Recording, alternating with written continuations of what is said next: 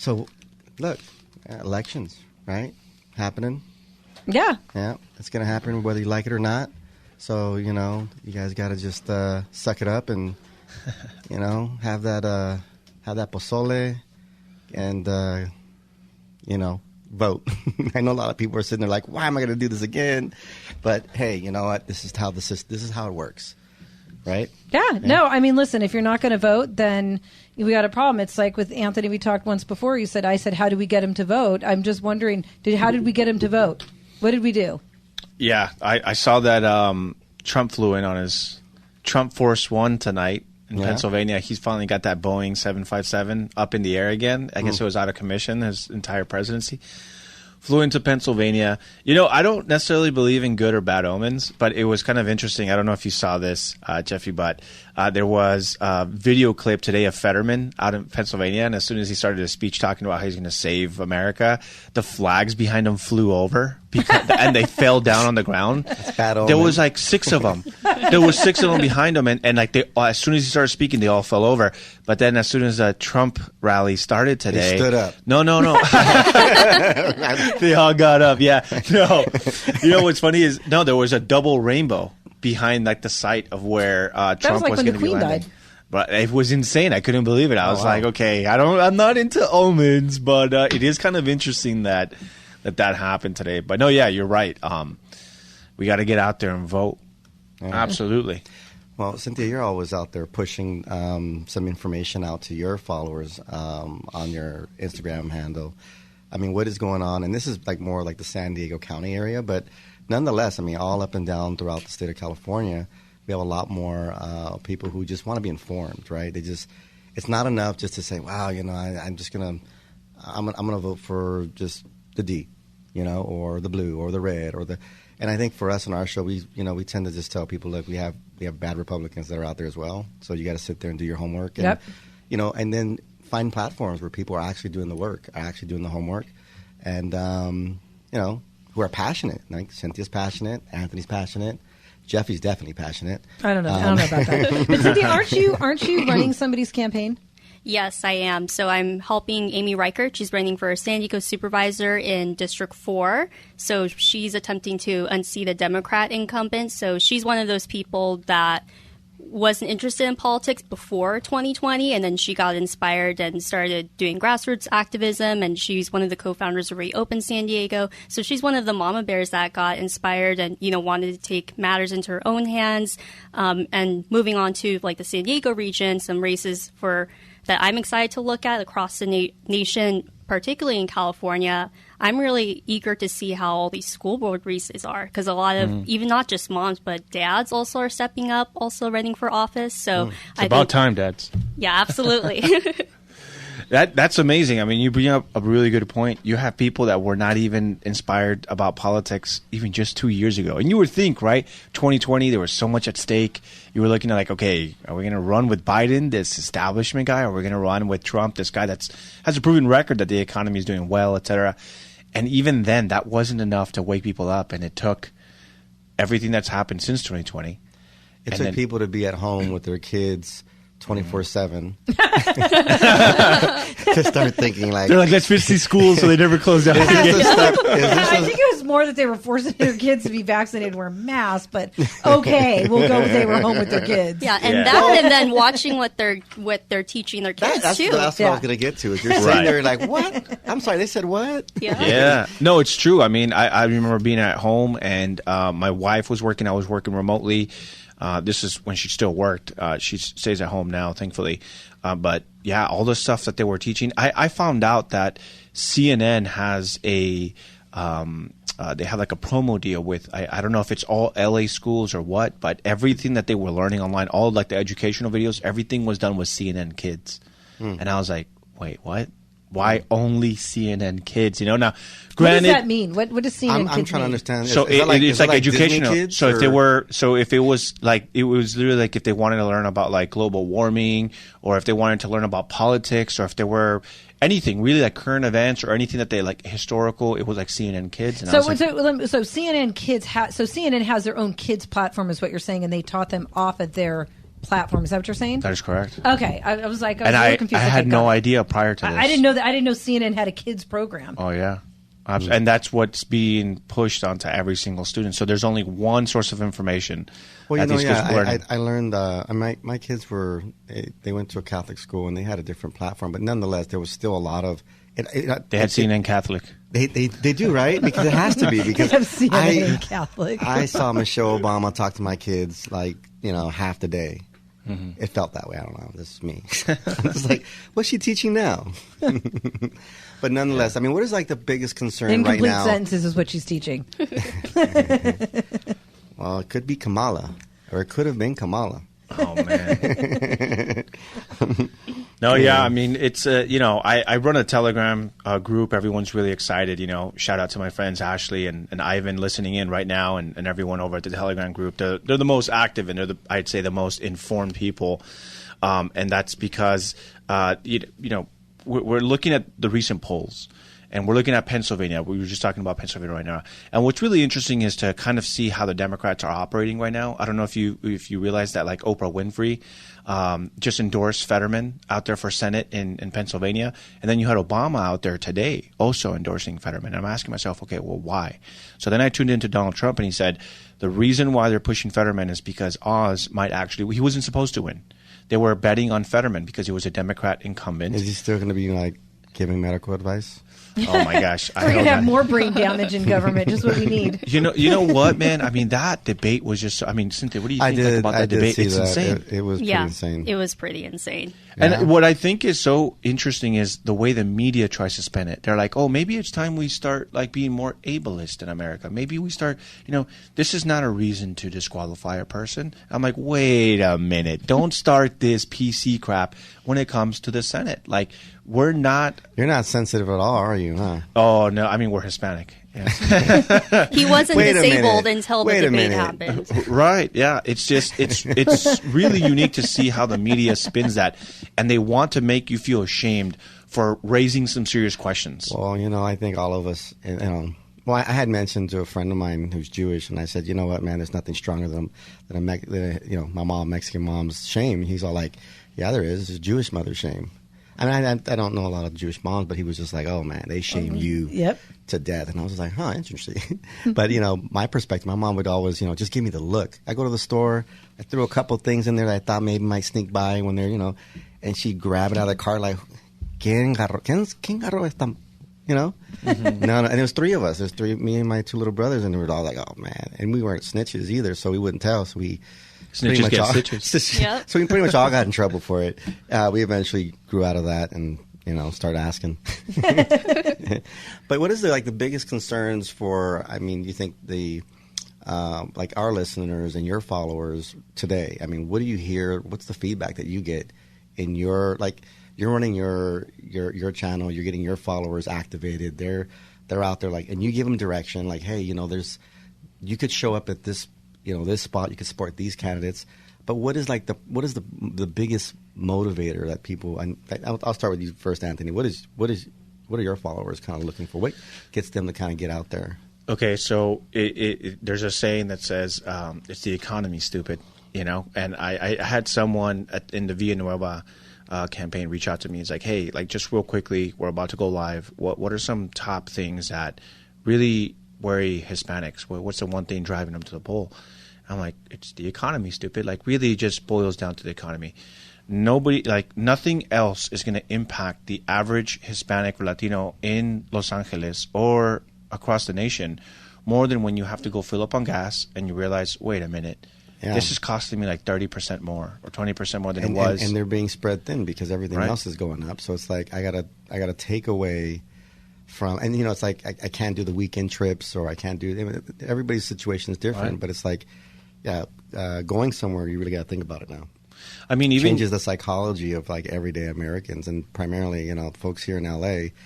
For those who live outside of Los Angeles, pretty much know this, but it's hella expensive. Rent, it just keeps going up and up and up. I know people who got in the lease last year who are renewing now, and they're just they're stuck.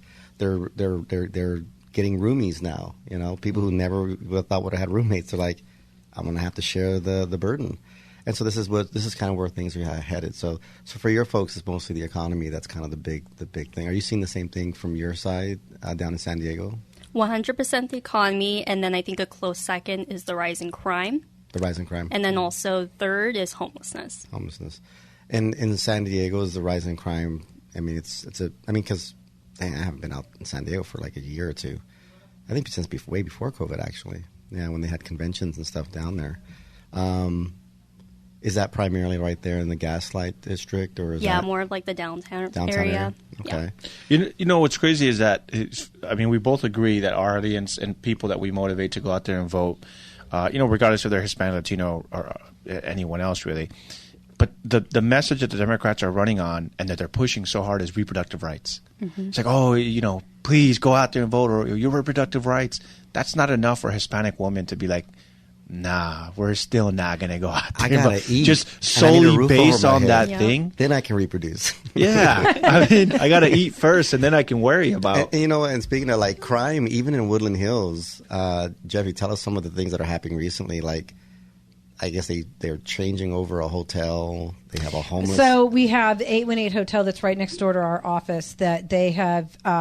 Ken Kraft of Hope of the Valley has made it a transitional home for homeless. And then has crime already gone up, or is it like? Well, we've got homeless hanging out in our parking lot that we didn't have before, so that's kind of a problem. And that's right across from like Taft High School, right? We are 50 feet across. They're 50 feet across from Taft High School, but there's a bigger concern, and that is that they're not going to limit the fact that there's going to be RVs parked in front, because Hope of the Valley says anything beyond our gate isn't our problem. And then right next door is the Holiday Inn that is now going to be a homeless shelter for the 55 and older, and that's run by a different company. And they rent out rooms to homeless people via some, I forget what the program is for homelessness, but they had someone that was murdered in that room. Oh. And so there's already been a couple of murders in these hotels before they've turned them over. So that's going to be an issue too.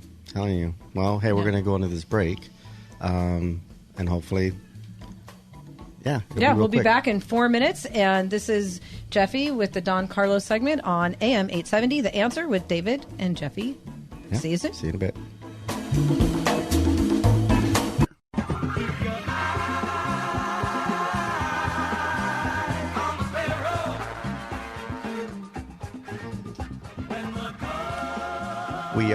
We are back, everybody. So that was a pretty long break there. I hope the commercials weren't too much brain damage, is what I call it. Yeah. Those are our sponsors. Those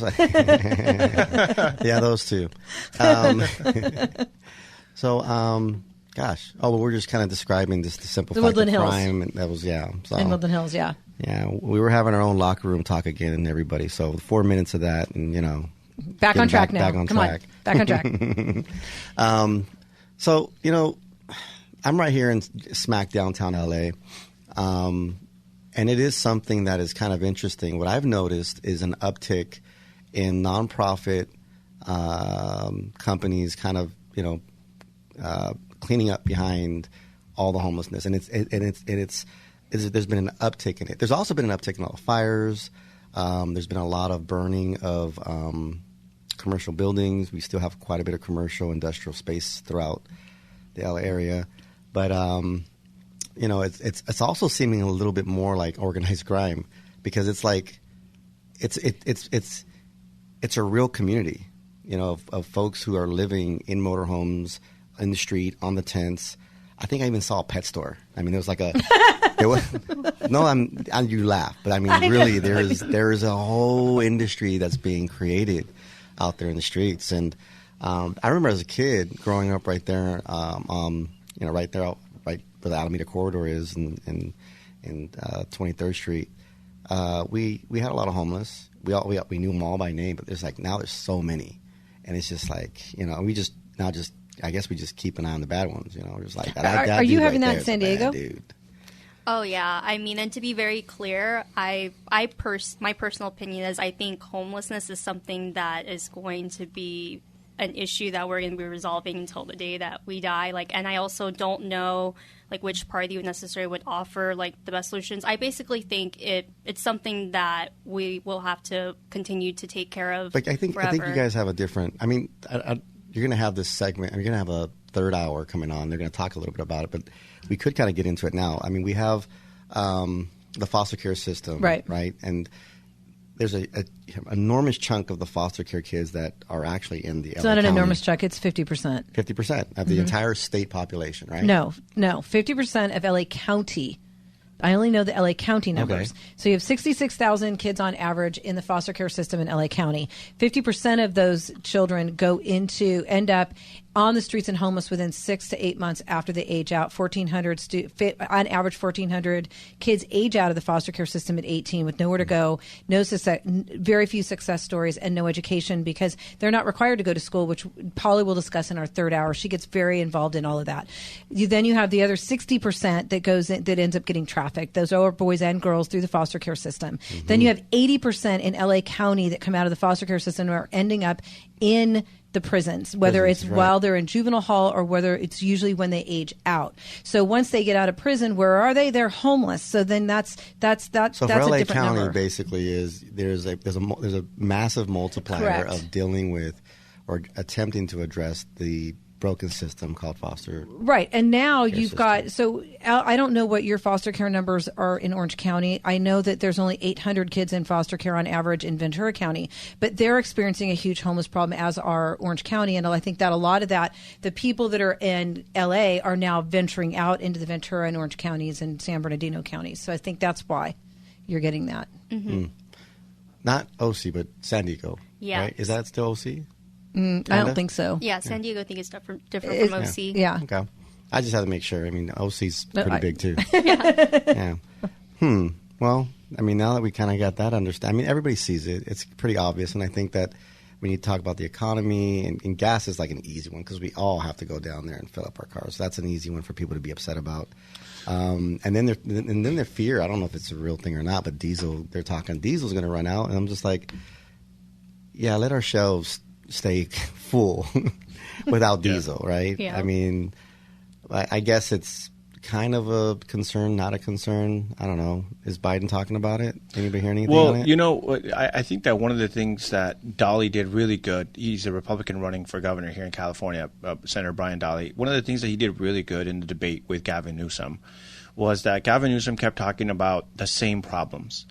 It's always the same problems. It's homelessness, it's cost of living, it's gas, et cetera. These are the same problems he's been talking about since he first decided to even run for office back when he was in San Francisco. Nothing has changed. And I think Brian Daly did a really good job at exposing that. It's like, these are the same problems every single cycle. You're the governor. You have a majority Democrat legislature. Nothing has changed for Californians. And I think that what's happening now is even Democrats are finally waking up and realizing accountability, right? Yeah, I mean, it's holding him accountable. And I think that even when you were talking about a little bit earlier about the homeless organizations and that kind of like the organized crime, he's a very powerful figure.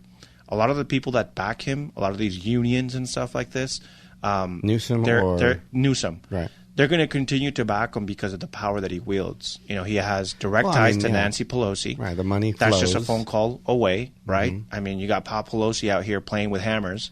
God knows what he's really doing out there. In his underwear. Right, but it's just scandal that's after not scandal. Whack-a-mole, is it? Whack-a-mole. Probably. Who knows? Did you guys see that the whole clip ended up getting deleted? Like NBC reported what really happened, how the police showed up. You talking about their body cam stuff?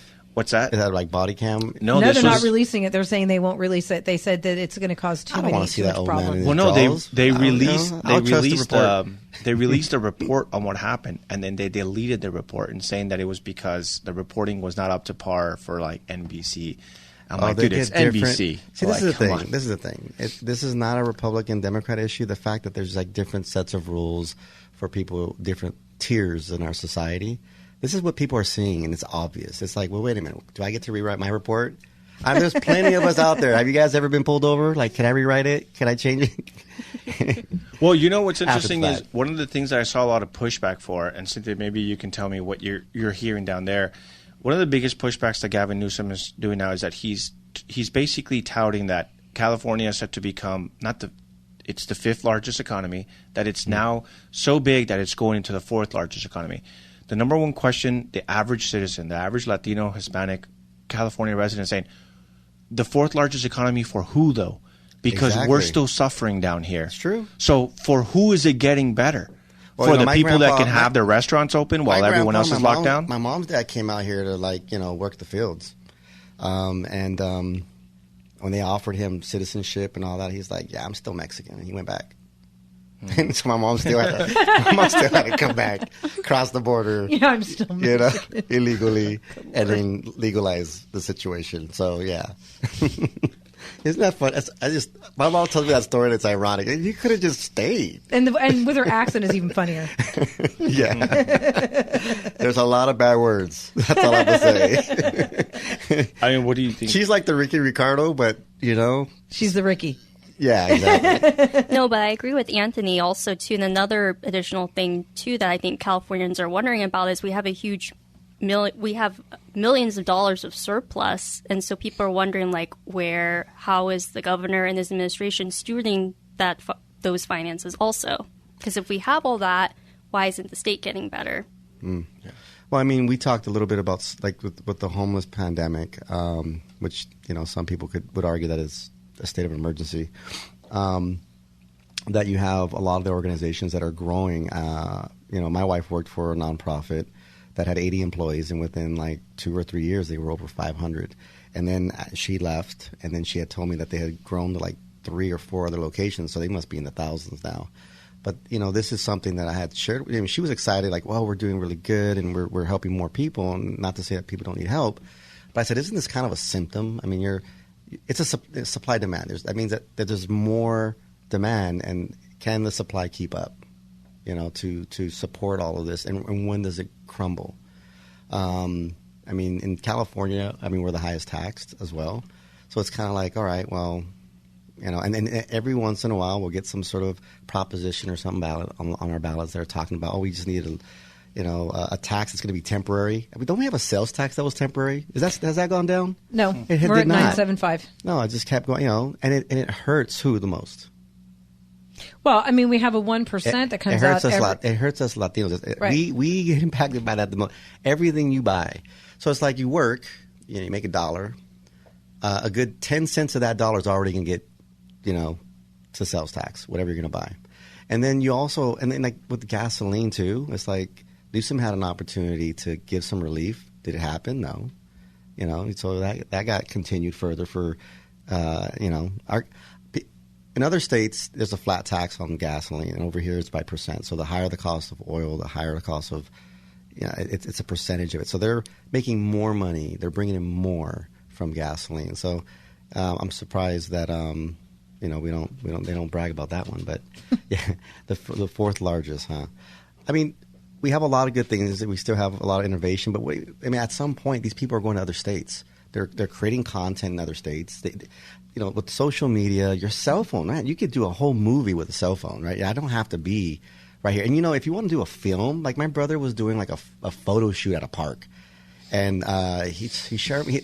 There was some Netflix show that was happening too at the park. And then an officer came over and asked him if he had a permit. And he's all no, I'm just shooting some quick little pictures and I'm out of here. And he's all well, hurry up and do what you got to do or else you got to show me a permit. So he goes, all right, well, he went on, I don't know if he went online right away and showed, he's it was $600 to take a picture at a park, a public park. Wow. Right? And I'm thinking to myself. Is that only in LA County or is that in there's California? A whole, no, that's, I don't know. I can't say, I'm not in that. Do you hear those kind of stories, Cynthia? It's in San Diego? Why? No. No. I mean, but this is Hollywood, all right? This is LA, Hollywood film, all that. They want their part, Right. Your partner is, the local government. Yeah, no doubt. But being taxed to death doesn't feel good. And my family were in the recycling business, and that's been something also that people say. Look, Hispanics are actually number one for recycling.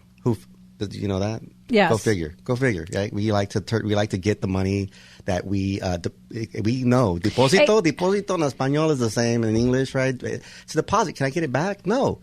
In some places that are further out, they're not able because the state's done such a poor job at helping these recyclers stay open. They're treating a lot of the small little mom and pop recyclers that are doing their little business. They're like, yeah, I'm recycling, I'm doing good. And then, bam, they get shut down because supposedly they bought something they weren't supposed Anthony, to. you have kids, yes? Yes, ma'am. Now, do your kids, did you guys ever collect recycling?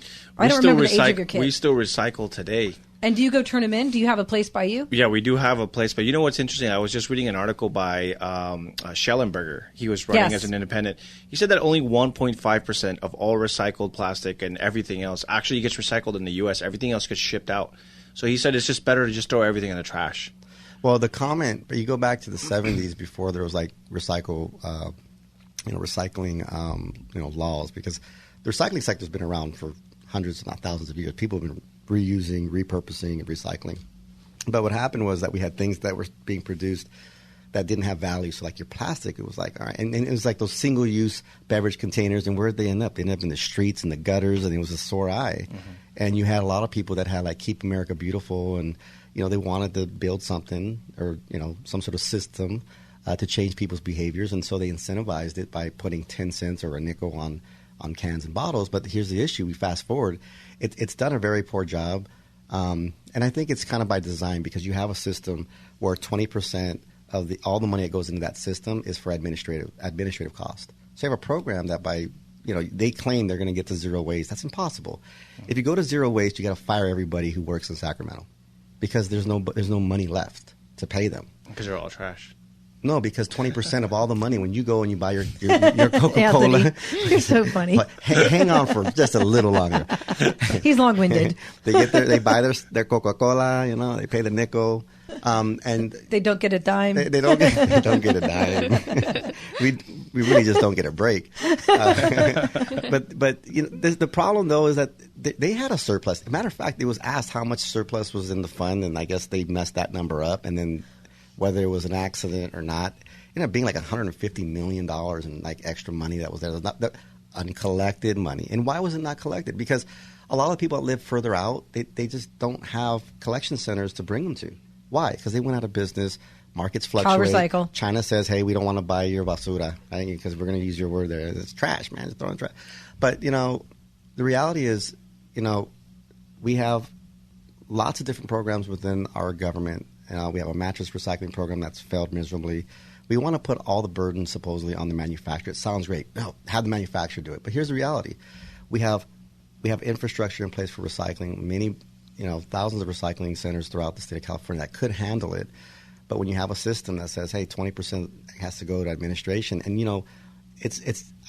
I'm not a conspiracy theorist, but it seems like once you get over 80%, that's when the lashings start coming. A lot of these smaller places get the lashings.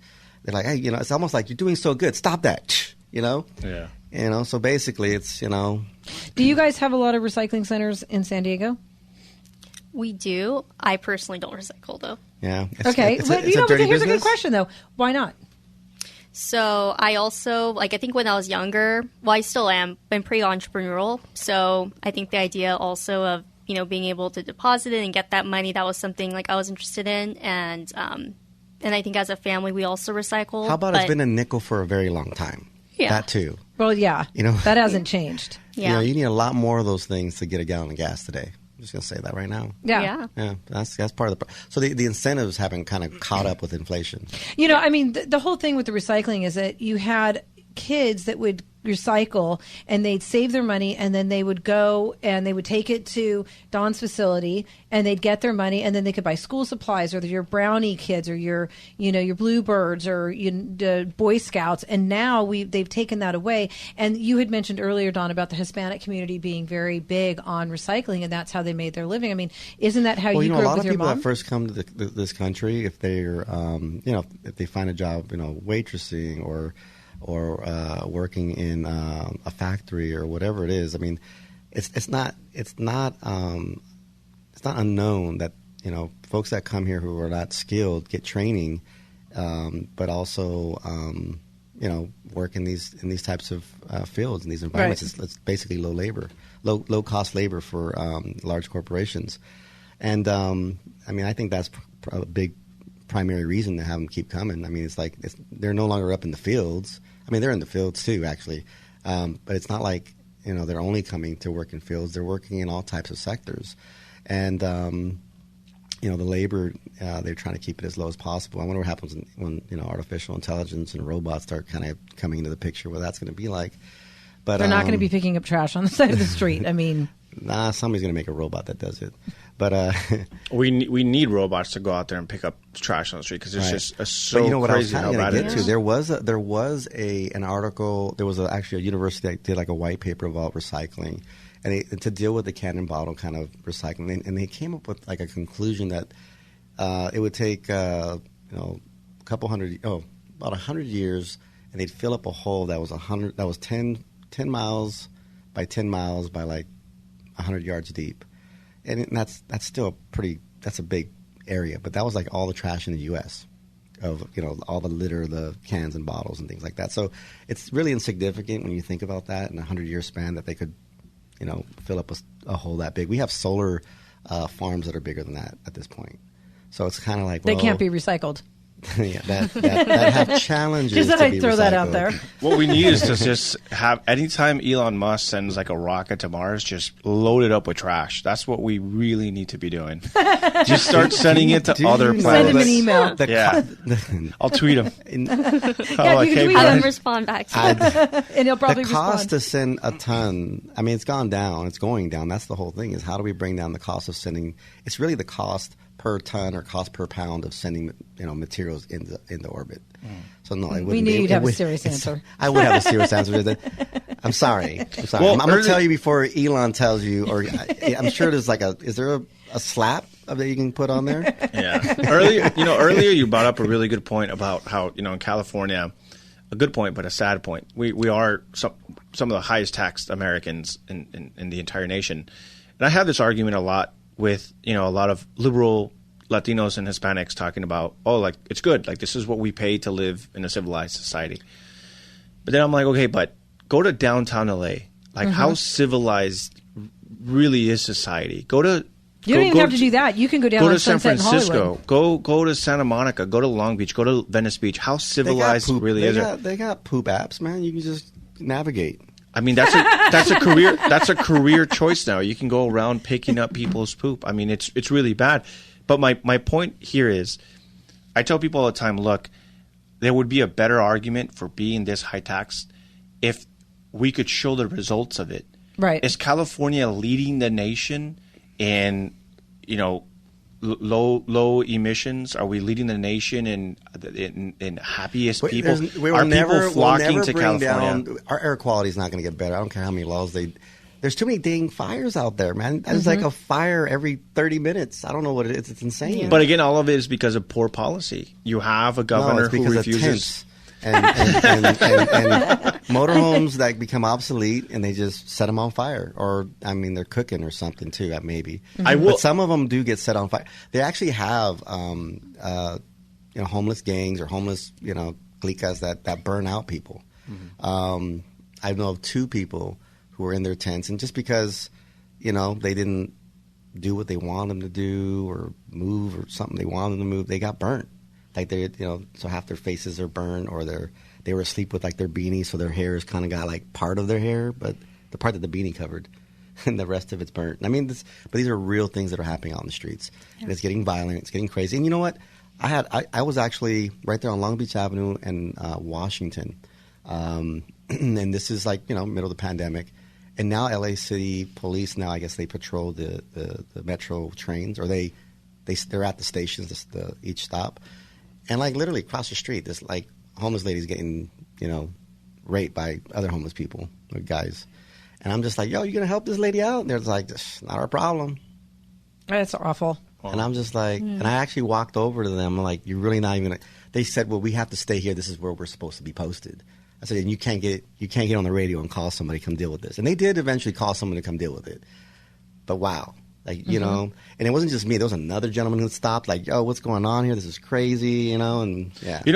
Actually, now that you mentioned that, obviously if you're listening to this and you're like, wow, bad officers, right? Or bad security, whatever it might be.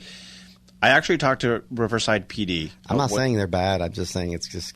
Well, no, but leadership. To the point though. So what ends up happening is New York, for example, they just arrested a man who raped a woman as she was jogging. I think it was early in the morning or late at night.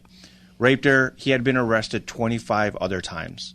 So what you have is I have literally had LAPD or LA Sheriff or Riverside PD tell me to my face, even if something is happening that we know we should be arresting someone for, we're not going to do it. Why? Because nothing's going to happen. Gas gun policies. We're going to see these people out again in the streets within hours, and nothing's going to happen to them.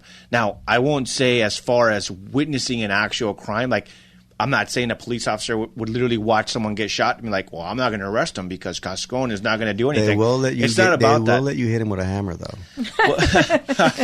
I mean, all I am saying is I have had police officers, and this is even going back to like the 2020 riots of like the George Floyd riots, where I have had police officers witness crime, and they're just like, either I can physically not do anything about this, or we're just not going to do anything because nothing's going to happen to this person.